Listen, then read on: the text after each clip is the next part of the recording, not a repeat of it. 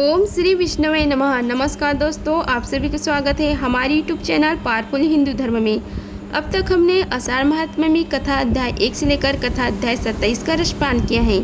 आज हम आप सभी को आषाढ़ महात्म्य में कथा अध्याय 28 का रसपान कराएंगे, जिसमें वर्णन है भीम द्वादशी व्रत का विधान।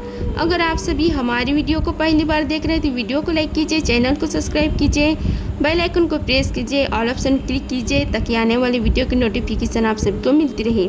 आइए रसपान कीजिए कथा का। भीष्म जी ने कहा, हे विप्रवर, भगवान शंकर ने जिन वैष्णव धर्मों का उपदेश किया है उनका मुझसे वर्णन कीजिए। वे कैसे हैं और उनका पालन क्या है। पुलस्त जी बोले, हे राजन, प्राचीन रथांतर कल्प की बात है। पिनकधारी भगवान शंकर मदांचल पर विराजमान थे। उस समय महात्मा ब्रह्म जी ने स्वयं ही उनके पास जाकर पूछा, हे परमेश्वर, थोड़ी सी तपस्या से मनुष्य को मोक्ष की प्राप्ति कैसे हो सकती है।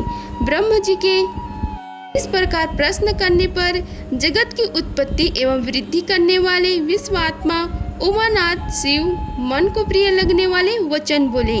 महादेव जी ने कहा, एक समय द्वारका की सभा में अमित तेजस्वी भगवान श्री कृष्णवंशी पुरुषों, विद्वानों, कौरवों और देव गंधर्वों के साथ बैठे हुए थे। धर्म से संबंध रखने वाली पौराणिक कथाएं हो रही थी।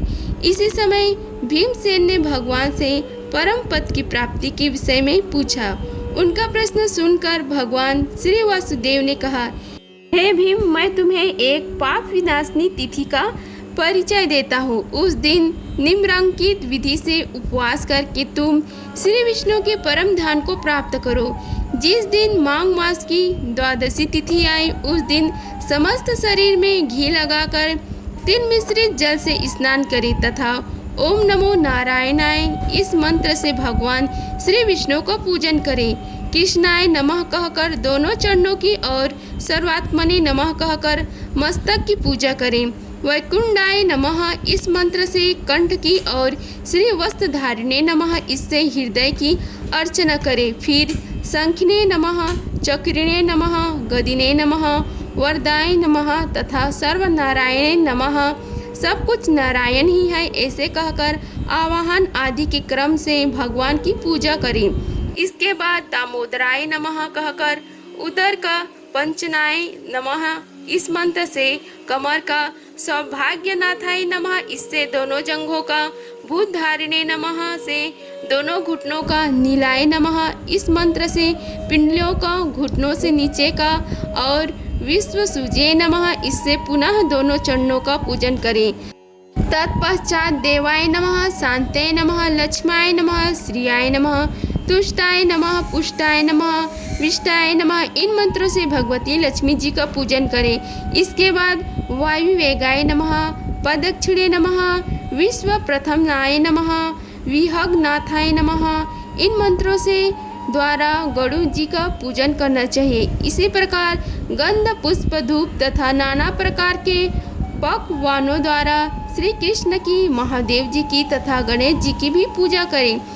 फिर गौ के दूध की बनी हुई खीर लेकर घी के साथ मन पूर्वक भोजन करें। भोजन के अंतर विद्वान पुरुष 100 पग चलकर बरगद अथवा खैरे की दातन ले, उसके द्वारा दांतों को साफ करें। फिर मुंह धोकर आचमन करें। सूर्य अस्त होने के बाद उत्तरामुख बैठकर संयम काल की संध्या करें। उसके अंत में यह कहे कि हे भगवान श्री नारायण, आपको नमस्कार है। हे भगवान, मैं आपकी चरण में आया हूँ। इस प्रकार प्रार्थना करके रात्रि में शयन करें। दूसरे दिन एकादशी को निराहार रहकर भगवान केशव की पूजा करें और रात भर बैठकर शेष सही भगवान की आराधना करें। फिर अग्नि में घी की आहुति देकर प्रार्थना करें कि हे पुण्यकाक्ष, मैं द्वादशी को श्रेष्ठ ब्राह्मणों के साथ ही खीर का भोजन करूँगा। मेरा यह व्रत निर्विघ्नता पूर्वक पूर्ण हो। यह कहकर इतिहास पुराण की कथा सुनने के पश्चात शयन करें। सवेरे होने पर नदी में जाकर प्रसन्नता पूर्वक स्नान करें। पाखंडियों के संसर्ग से दूर रहें। विधि पूर्वक संध्योपासना करके पितरों का तर्पण करें। फिर शेष सैया भगवान को प्रणाम करके घर के सामने भक्ति पूर्वक एक मंडप का निर्माण कराएं। उसके भीतर 4 हाथ की सुंदर वेदी बनवाएं। वेदी के ऊपर 10 हाथ का तोरण लगाएं। फिर सुदृढ़ खंभों के आधार पर एक कलश रखें। उसमें नीचे की ओर उड़द के दाने के बराबर छेद कर दे। तदंतर उसे जल से भरे और स्वयं उसके नीचे काला मृग चर्म बिछाकर बैठ जाए। कलश से गिरती हुई धारा को सारी रात अपने मस्तक पर धारण करें। वेद वेता ब्राह्मणों ने धाराओं की अधिकता अनुपात से फल में भी अधिकतम बतलाई है। इसलिए व्रत करने वाले द्विज को चाहिए कि प्रयत्न पूर्वक उसे धारण करें। दक्षिण दिशा की ओर अर्धचंद्र के समान, पश्चिम की ओर गोल तथा उत्तर की ओर पीपल के पत्ते की आकृति का मंडप बनवाएं। वैष्णव द्विज को मध्य में कमल के आकार का मंडल बनवाना चाहिए। पूर्व की ओर वेदी के स्थान है, उसके दक्षिण ओर भी एक दूसरी वेदी बनवाएं। भगवान श्री विष्णु के ध्यान में तत्पर हो पूर्वोक्त जल की धाराओं को बराबर मस्तक पर धारण करता रहे। दूसरी वेदी भगवान की स्थापना के लिए हो। उसके ऊपर कणिका सहित कमल की आकृति बनाएं और उसके मध्य भाग में भगवान पुरुषोत्तम को विराजमान करें। उनके निमित्त एक कुंड बनवाएं जो हाथ पर लंबा उतना ही चौड़ा और उतना ही गहरा हो। उसके ऊपरी किनारे पर 3 मेखलाएं बनवाएं। उसमें यथास्थान योनि और मुख के चिन्ह बनवाएं।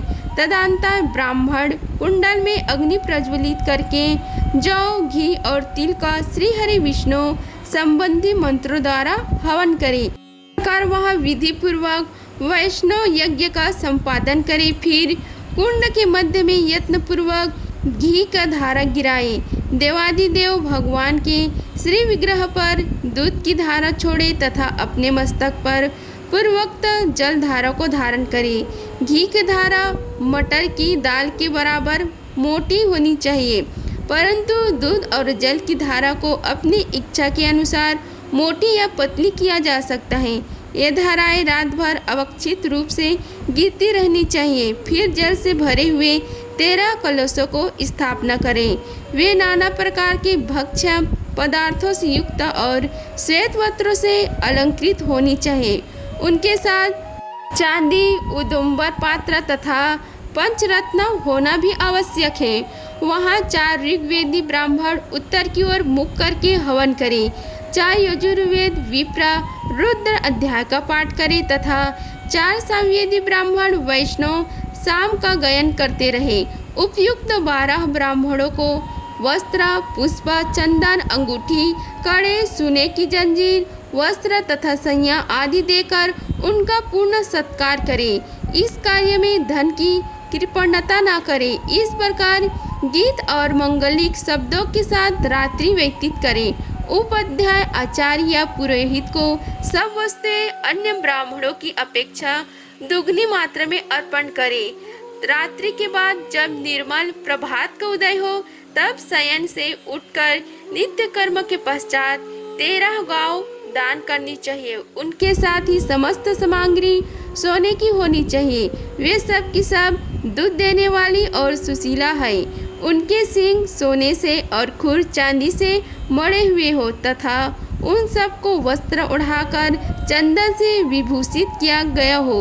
गायों के साथ कांसी का दोहन पात्र भी होना चाहिए। गोदान के पश्चात ब्राह्मणों को भक्ति पूर्वक भक्ष्य भोज्य पदार्थों से तृप्त करके नाना प्रकार के वस्त्र दान करें। फिर स्वयं भी छाल लवण से रहित अन्न का भोजन करके ब्राह्मणों को विदा करें। पुत्र और स्त्री के साथ 8 वक्त तक उनके पीछे पीछे जाए और इस प्रकार प्रार्थना करें, हमारे इस कार्य से देवताओं के स्वामी भगवान श्री विष्णु जो सबका क्लेश दूर करने वाले हैं प्रसन्न हो। श्री शिव के हृदय में श्री विष्णु है और श्री विष्णु के हृदय में श्री शिव विराजमान है। मैं इन दोनों में अंतर नहीं देखता। इस धारणा से मेरा कल्याण हो। कहकर उन कलशों, गावों, संज्ञाओं तथा वस्त्रों को सब ब्राह्मणों के घर पहुंचा दे। अधिक संयम सुलभ न हो तो गृहस्थ पुरुष एक ही संयम को सब सामानों से सुसज्जित करके दान करे। भीमसेन वह दिन इतिहास और पुराणों के श्रावण में ही बिताना चाहिए, अतः तुम भी सतगुण का आश्रय ले मात्सर्य का त्याग करके इस व्रत का अनुष्ठान करो। यह बहुत गुप्त व्रत है, किंतु स्नेहवश मैंने तुम्हें बता दिया।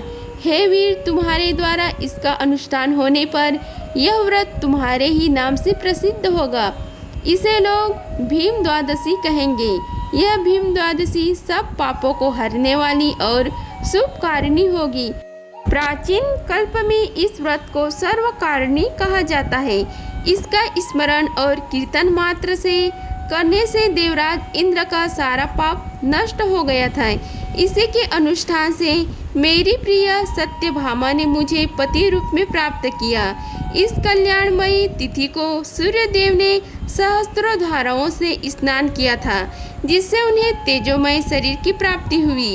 इंद्रादि देवताओं तथा करोड़ों दैत्यों ने भी इस व्रत का अनुष्ठान किया है। यदि एक मुख से 10,000 करोड़ 1 खरब जिह्वाएं हो तो भी इसके फल का पूरा वर्णन नहीं किया जा सकता। महादेव जी कहते हैं, हे ब्राह्मण, कलि युग के पापों को नष्ट करने वाली एक अनंत फल प्रदान करने वाली इस कल्याणमयी तिथि की महिमा का वर्णन यादव राजकुमार भगवान श्री कृष्ण अपने श्री मुख से करेंगे। जो इसके व्रत का अनुष्ठान करता है उसके नरक में पड़े हुए पितरों का भी यह उद्धार करने में समर्थ है। जो अत्यंत भक्ति के साथ इस कथा को सुनता है वह दूसरों के उपकार के लिए पढ़ता है, वह भगवान श्री विष्णु को भक्ता और इंद्र के भी पूज्य होता है। पूर्व कल्प में जो माघ मास की द्वादशी परम पूजनीय कल्याणी तिथि के नाम से प्रसिद्ध थी, वही पांडुनंदन भीमसेन के व्रत करने पर अनंत पुण्यदायिनी भीम द्वादशी के नाम से प्रसिद्ध होगी। अगर आप सभी को हमारी वीडियो पसंद आई होगी तो वीडियो को लाइक कीजिए, चैनल को सब्सक्राइब कीजिए और कमेंट बॉक्स में ओम नमो भगवते वासुदेवाय लिखिए। धन्यवाद। मिलते हैं अगले वीडियो में, तब तक के लिए जय श्री राधे रानी।